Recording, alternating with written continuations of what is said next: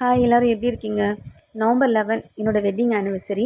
அன்றைக்கி வந்து நிறைய பிளான் பண்ணியிருந்தோம். பட் நான் பண்ண எந்த பிளானுமே கரெக்டாக நடக்கலை. ஒரே ஒரு பிளானை தவிர சிறுவாபுரி கோயில் போகணுன்னு சொல்லிட்டு பிளான் பண்ணியிருந்தோம். அது வந்து பர்ஃபெக்டாக நடந்துச்சு. அதே மாதிரி நாங்கள் கோயில் வரைக்கும் போயாச்சு. ஆனால் பார்த்திங்கன்னா அவ்வளோ கூட்டம். நம்ம காரில் வந்திருந்தோம்னா முன்னாடியே ஒரு 1 ஆர் 2 கிலோமீட்டர்ஸ்க்கு முன்னாடியே வந்துட்டு பார்க்கிங் பண்ணிவிட்டு அதுக்கப்புறம் வந்துட்டு ஆட்டோ ஆர் பஸ்ஸில் வந்துட்டு வர்றது மாதிரி இருந்துச்சு.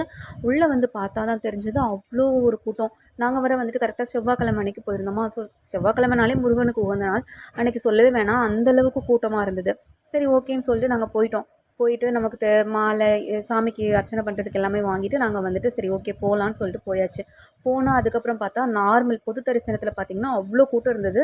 சாமி கும்பிட்டு வரதுக்கே எப்படியும் ஒரு 4 ஹார்ஸ் ஆகும் அப்படிங்கிற மாதிரி எனக்கு தோணுச்சு.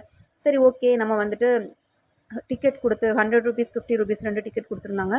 சரி நம்ம டிக்கெட்டில் போயிடலான்னு சொல்லிட்டு அங்கே கிளம்பிட்டோம். பக்கத்துலலாம் வந்துட்டு நல்ல ஃபுல்லாக கட்டிட்டு ஃபுல்லாக அந்த என்ன சொல்கிறது நீட்டாக செம்மையாக இருந்ததுங்க.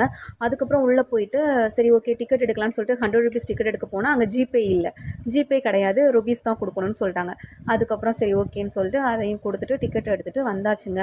பார்த்திங்கன்னா க்யூ வந்துட்டு அந்த ₹100லேயே வந்துட்டு அவ்வளோ கூட்டம் இருந்தது. மேக்ஸிமம் எங்களுக்கு வந்து ஒரு 35 to 40 மினிட்ஸ் கிட்ட ஆச்சு. அவ்வளோ நேரம் ஆச்சு. பட் வந்துட்டு ரொம்ப பிளெஸ்டாக இருந்தது.